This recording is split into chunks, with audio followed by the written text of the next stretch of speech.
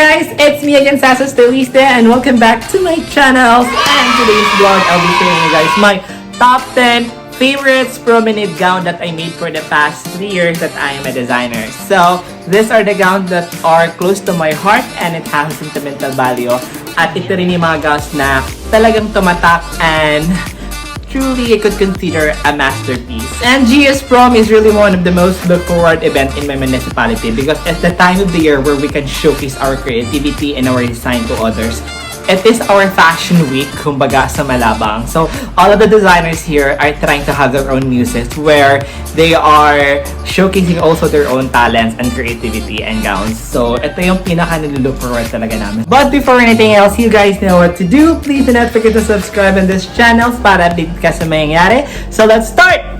Number 10 is this blue ball gowns that worn by Heart Abdul Rashid during the ILS ball last year.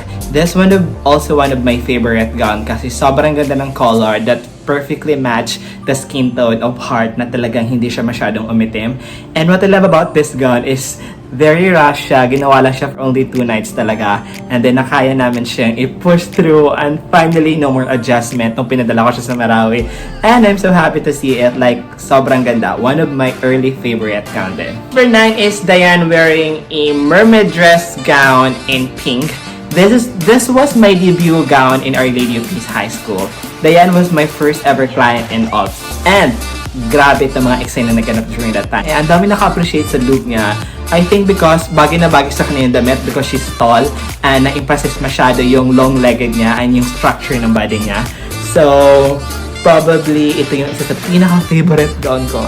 Number 8 is this black ball gown na talagang umi-eksena pa yung headpiece niya. Talia is wearing my first ever creations at Malabang National High School Promenade. This was my first ever prom gown talaga. Si Talia was my first and earliest muse. Kaya very sentimental siya or very close to my heart kasi I wouldn't even forget this gown. And sobrang daming drama nangyari dito kasi she changed twice. So ito yung pinaka-favorite look ko sa kanya. And look at that heat piece na parang, my gosh, European inspired pa yung heat piece namin during that time. Number 7 is Jana Balindong wearing a glitz and glamour gold gown. It's a GGJ gown. And what I love about this gown is, you know, Jana is effortlessly stylish. Like, hindi masyadong over details yung gown niya. Pero, it's the simplicity that strikes Jana to win the most gorgeous award. Kahit hindi masyadong maganda yung korba ng katawan ni Jana, she was able to give justice to the dress and I like it. She's one of the goddess during the event. Number 6 is Beyang Gray gown. So far, talagang Beyang is really one of the ex-senadora muses that I got ever since. Kasi last year pa, sobrang yung mga ex na ginagawa niya. She was the best dressed last year and now, she was the star of the night and I forgot the other awards. Pero ito talaga yung pinaka-favorite look ko kasi ang ganda ng color niya is very unusual gray. Who would have think na a girl were going to wear a gray and the prom kung saan hindi masyadong eye-catching your color. But then the point that you are actually kakaiba on the other girls na nag-prom is already one way para mapansin ka. Ang ganda ng details. I love the fabric. It's super duper mahal tingnan yung gown niya. And this is one of my masterpiece talaga. Number 5 is this red mermaid gown worn by Rihanna. You know what? Red is always a statement color. As long as maganda yung fabric choice mo and the red is color, it will make a statement and mapapansin ka talaga going to a prom. That is why I try to style her with this look na para siyang naka-bangs and something. It was actually inspired by Catherine Bernardo last year, Star Magic Ball look niya. So, yun yung inspiration namin. So, she gave justice to the dress and ang ganda-ganda lang. Iba talaga pag may sumusuot sa iba din yung halimbawa, your muse is highly confident and grabe yung dating niya. She would really give justice to the dress that you want them to wear. Diba? That's one factor that I like about all of my muses. Sobrang eksena silang lahat. Number 4 is Joanna Macabato and this was last year ago and ito talaga yung pinaka-favorite look ko na nagawa ko sa kanya kasi yung fabric details is sobrang nice and the point na bagay sa personality niyang dress she catches so much attention during that time. And then, bet ko yung eksena niya, yung extension tail niya sa gilid because it's super eksena. And yeah, there are so many eksena going on to this dress. And that is why sobrang bet na bet ko to. And it's on my number 5, top 5 dress kasi sobrang ganda. Right, number 3 is Hayana Balindong wearing a ball gown with feathers and pearl details.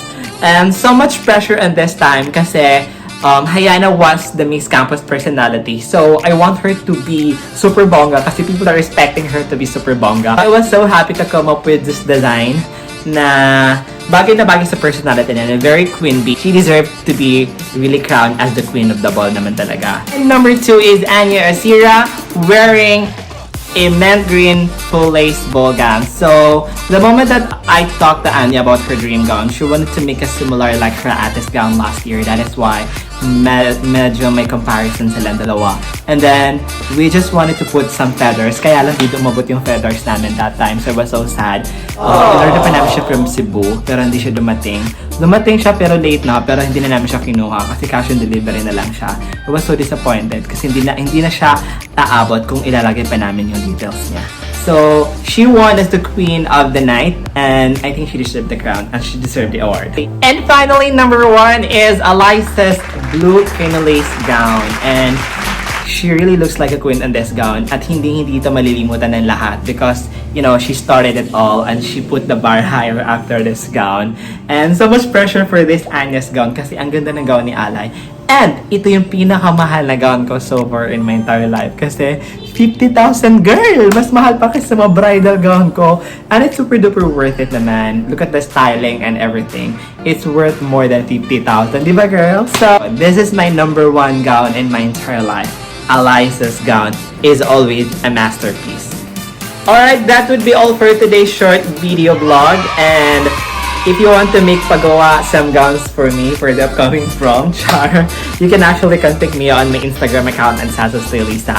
Alright, that would be all for today. And please do not forget to subscribe, give me a thumbs up, and comment down below para malaman ko kung ano nasa loob ng isipan nyo. So this is Sasa Stylista and saying goodbye.